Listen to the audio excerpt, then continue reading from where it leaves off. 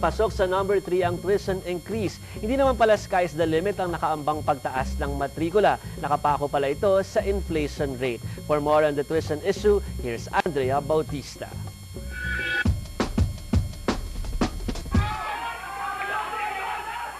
Kinalampag ng mga estudyante ang tanggapan ng CHED kaninang tanghali. Halos mabasag ang bagong gawang building ng ahensya. Ng opisina! Dito ang Commission of Higher Education ay inutin at nagsaalaga lamang sa interes ng mga may-ari ng paaralan!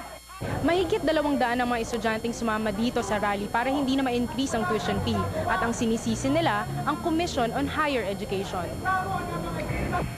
Hindi daw kasi sapat ang ginawa nilang pakiusap. Sagot naman ng CHED, sinusunod lang nila ang batas.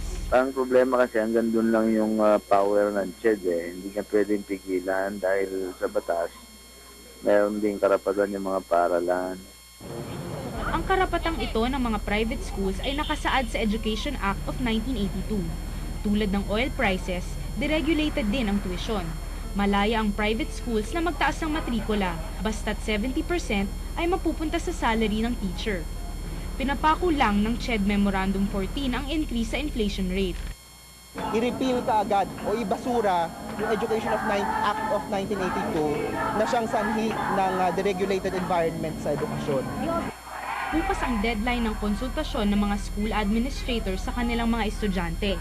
Sa susunod na linggo naman magsisimulang mag-submit ang mga eskwelahan ng kanilang proposal ng tuition increase. At sa Abril naman malalaman kung pasok ang increase sa darating na enrollment. Bago umalis, nag-iwan pa ng remembrance ang mga aktivista. Wrong timing daw ang tuition increase dahil sa global crisis. Andrea Bautista, The Evening News.